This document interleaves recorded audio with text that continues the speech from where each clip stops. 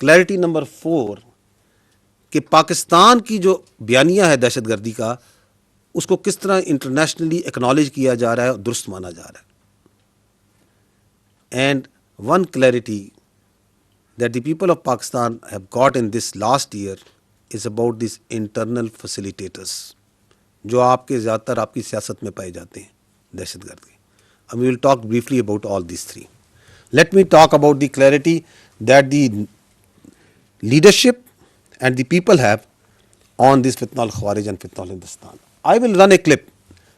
इसमें जो पहला पार्ट है ये वो बयानात हैं जो कि फील्ड मार्शल ने, जिसका मैंने पहले जिक्र किया था, जो 2023 के अवाइल में दिए थे.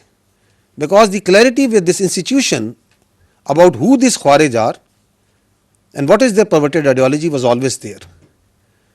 But over a period of 2023, 24 and now in 25, you will see how this has permeated down to the each boy and girl of this country.